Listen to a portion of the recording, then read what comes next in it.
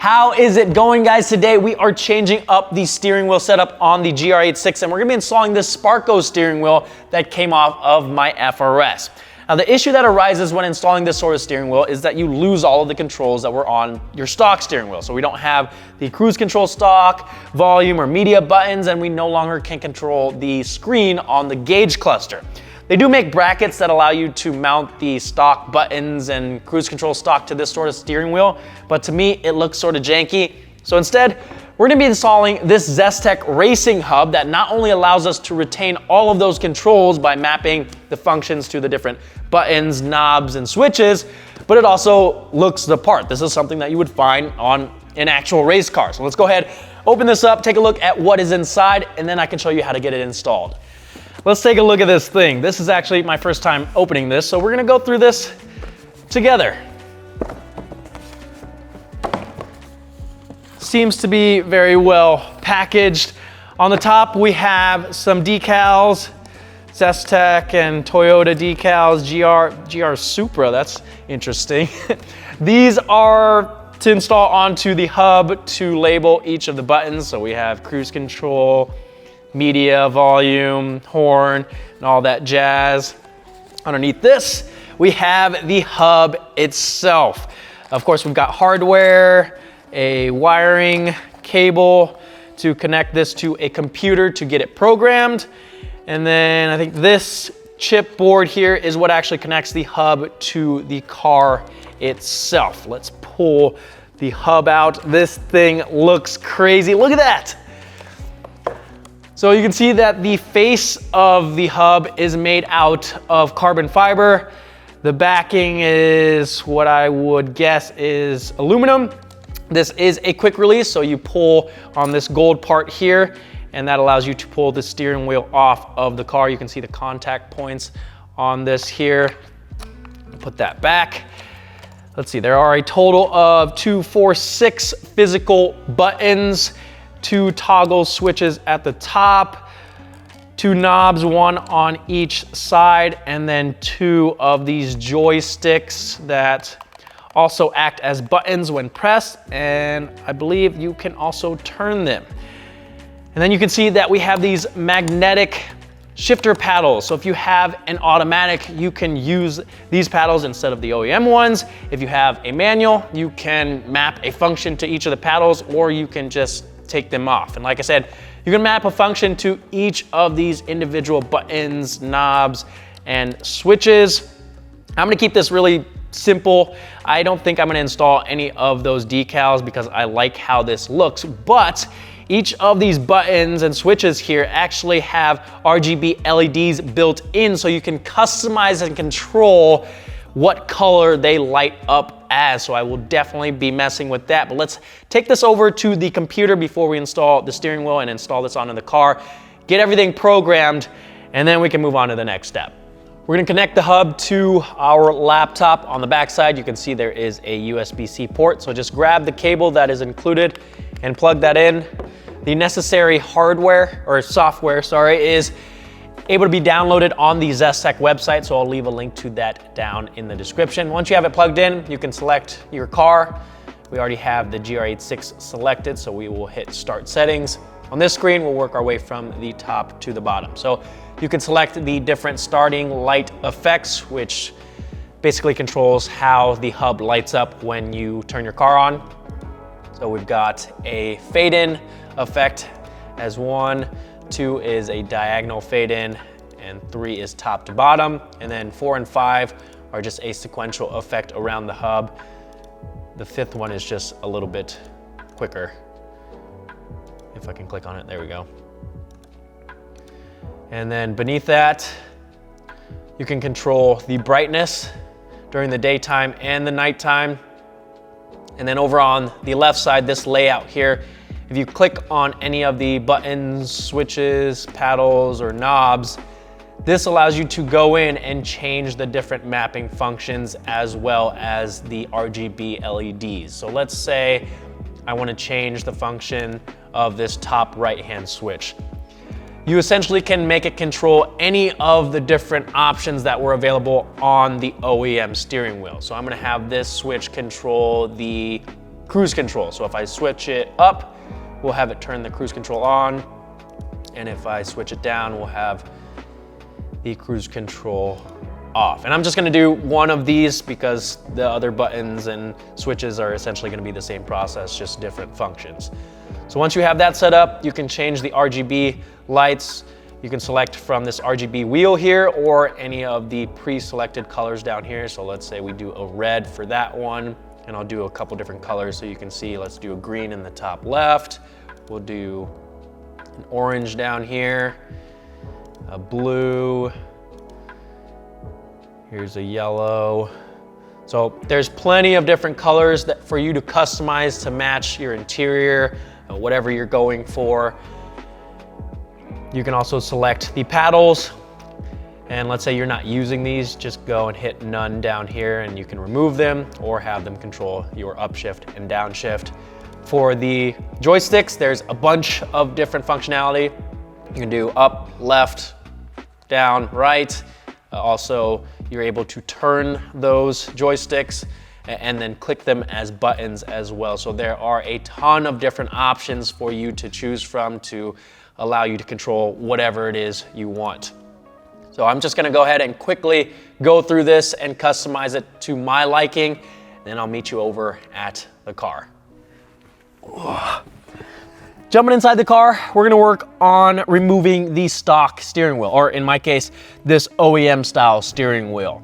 I do recommend unplugging your battery because we are gonna be working with the airbag, and doing whatever you can to prevent it from blowing up in your face is usually a good idea, no matter how unlikely that is to happen. So unplug the battery, and then we're gonna take a look on the sides of the steering wheel. On either side of the steering wheel, there's gonna be a small plastic cover in this area here. On the other side, it's right where the cruise control stock is. So we're gonna take a plastic pry tool. There is a small gap right here that we're gonna insert it into to pry this cover out.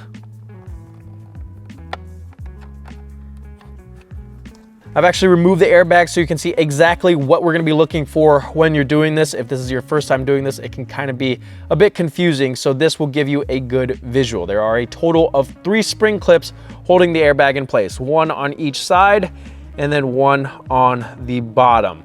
Those 2 covers that we removed gives you access to those spring clips. So you need a flathead screwdriver that you're gonna insert into the opening, and that allows you to pry on the end of the spring clip to release the airbag. So you're gonna press it in like that. And the opening on the left side here gives you access to 2 of the spring clips, the one obviously on the left side and then the one on the bottom here, which you're gonna pry up on like so. The opening on the right side by the cruise control stock is for the one on the right side, which you're gonna press towards the center of the steering wheel. And once you have all 3 released, you'll be able to pull the airbag away from the steering wheel to get access to these harnesses here. For the orange and black connector, we're gonna take a flathead screwdriver and pry up on the yellow portion until it pops up. And then we can pull these off. And there's also a black connector right here. Just press on the small tab and pull it off. So now there is a white connector at the very top that we're gonna unplug, and then a 17mm nut that I'm gonna loosen with an impact.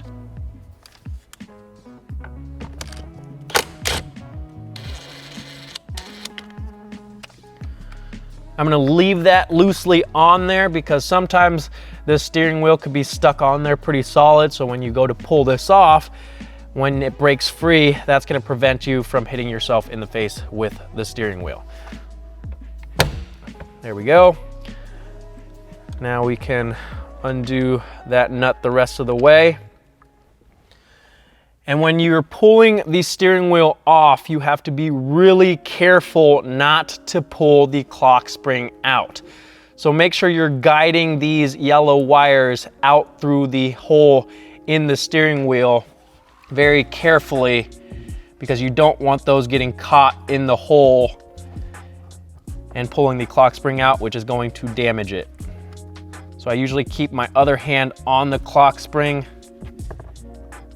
to make sure that it doesn't get pulled out. I'm gonna move these wires out of the way a little bit.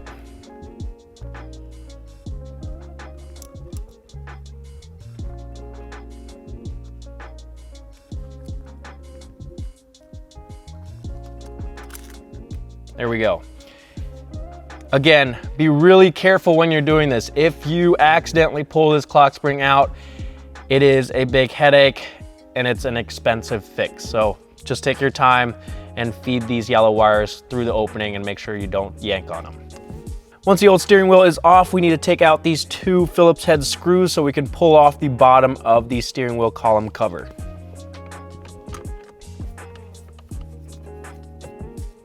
You can just use this gap at the bottom to pull it down. And there we go. That gives us access to this white connector on the bottom here that we're gonna unplug. And we need to remove the wire that's in the 4th position, which is the 2nd one on the bottom here, this black wire, which is for the flappy paddles on the automatic, but since we have a manual, we don't need it, so we're gonna use that.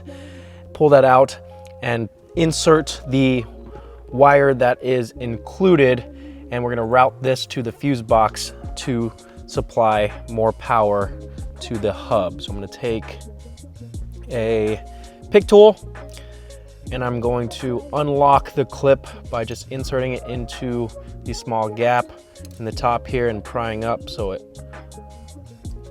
moves up like so. So now you can kind of see, hopefully, that this portion is raised. And I'm gonna put some pressure on that black wire and insert the pick tool into the opening of the pin. And now we can pull the wire out. So I'm just gonna, I don't have any right now, but I'm going to just electrical tape this back here since we're not gonna be using it. I'm gonna insert the included one. And then we can reinstall the connector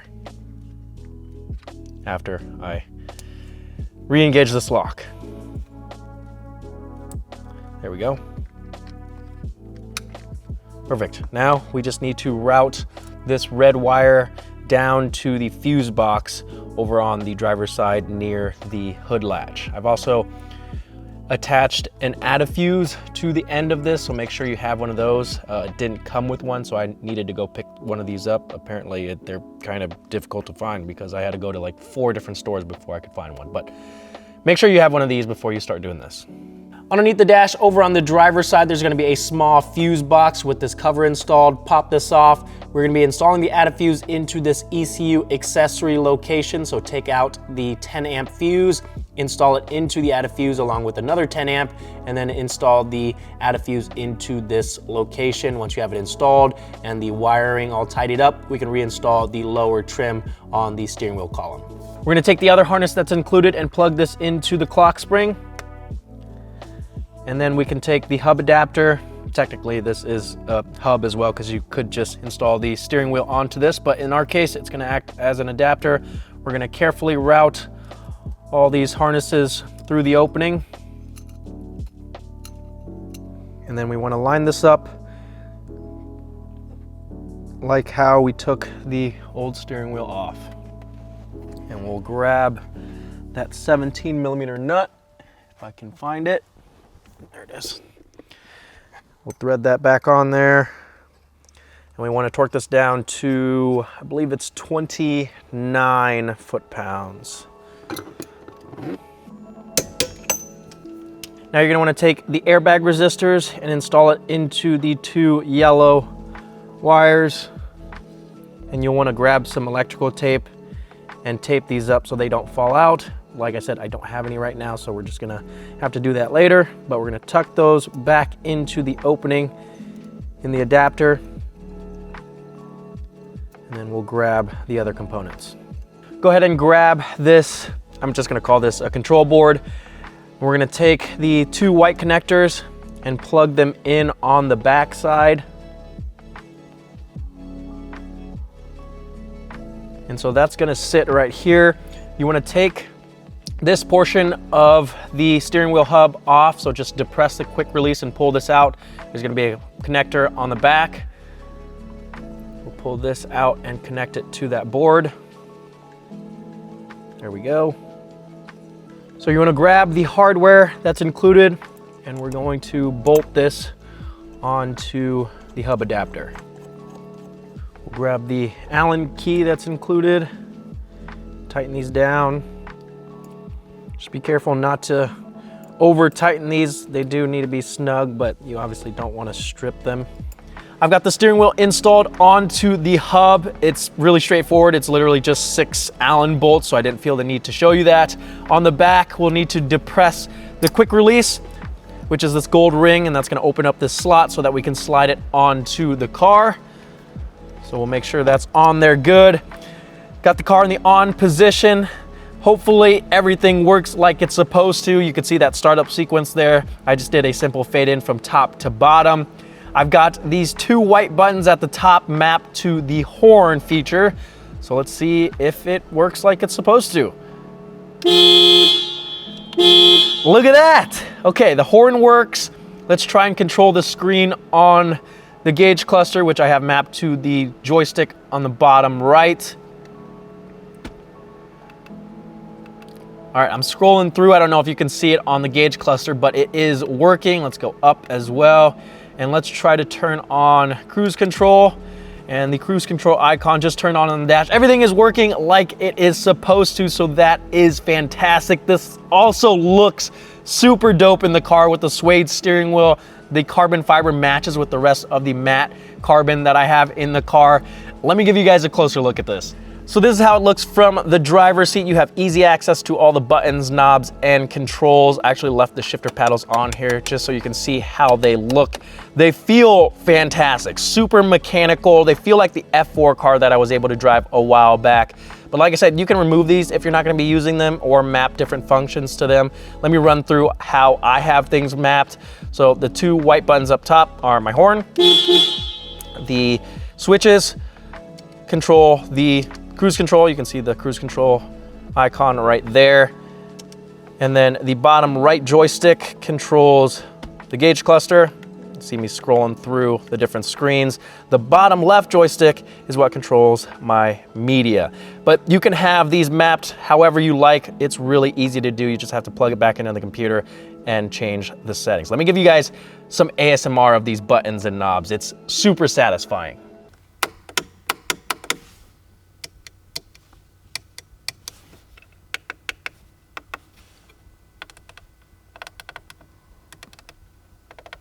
And there you have it, guys. The Zestech Racing Hub is fully installed and everything is working like it's supposed to. If you want to pick one up for yourself, the link to the Zestech website is down in the description, or you can hit me up on Instagram, email, whatever works, and I can have one ordered for you as well. Now, just a reminder, today is the last day to take advantage of the Memorial Day sale on the Driven Media website. You can use the code MD10 to get 10% off everything on the site. So that means headlights, tail lights, side markers, LEDs, overlays, carbon fiber, whatever your heart desires. Head over to the website and take advantage before the sale ends at midnight tonight. But that is gonna do it for today, guys. If you're enjoying the content and want to support, make sure you hit that subscribe button, give this video a thumbs up. Thank you guys so much for watching.